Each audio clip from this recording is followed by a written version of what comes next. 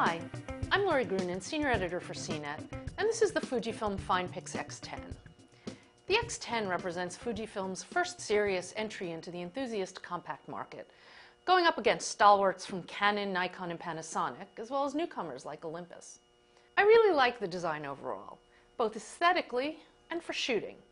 The body has a magnesium alloy chassis and an aluminum front, and it obviously takes after its more expensive sibling in the looks department. It's retro all the way. But don't look for the X100's hybrid viewfinder. This is a plain old straight-through version like the one on the G12 and P7100.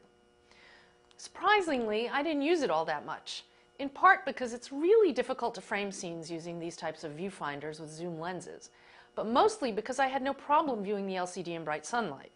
While Canon and Olympus take the approach of using a ring on the dial for adjusting settings, Fujifilm uses the lens ring to power on and manually zoom. I like that there are focal length indicators on the barrel, and the zoom has a good feel. It's not too tight and not too loose. The grip is small, but in combination with the rubber thumb rest, it proves sufficient for single-handed shooting. Like the G12 and P7100, the X10 has an exposure compensation dial. The mode dial has the usual array of auto, manual, and semi-manual shooting modes, plus 2 custom setting slots. There's also an advanced shooting mode with 3 multi-shot options.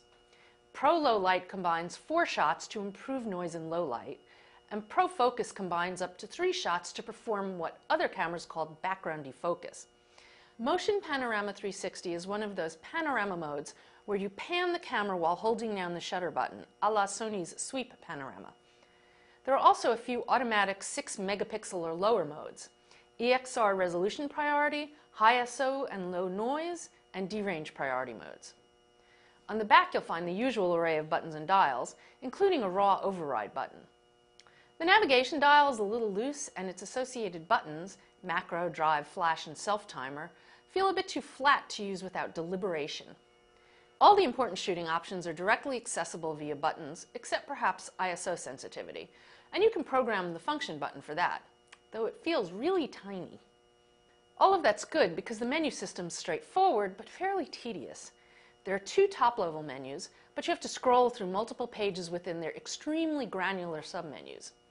As for image quality, the camera's capable of producing some very nice photos, but it does its best low light work in its special reduced resolution, completely auto modes. In its manual shooting modes, the X10 delivers mixed results.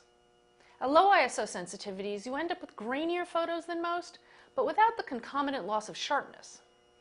As long as you don't have too much detail in the photos, the JPEG quality up to ISO 1600 isn't bad. You really do have to shoot RAW for any sort of color accuracy, though. I was able to get photos that I liked from the X10, but the photos generally just have too many issues. The colors are pleasing if oversaturated, and the exposure generally looks great in a variety of lighting situations. But the lack of a neutral color profile and oversaturated defaults resulted in completely blown out hues in some cases. I ran into a few situations where it simply couldn't lock focus, for no apparent reason, and no matter what I tried. And then eventually something worked. Aside from the autofocus, the battery life is also a disappointment. The X10's fast and pretty enjoyable to shoot, but to get the best photo quality you have to shoot in the automatic modes, which runs counter to the idea of an enthusiast camera.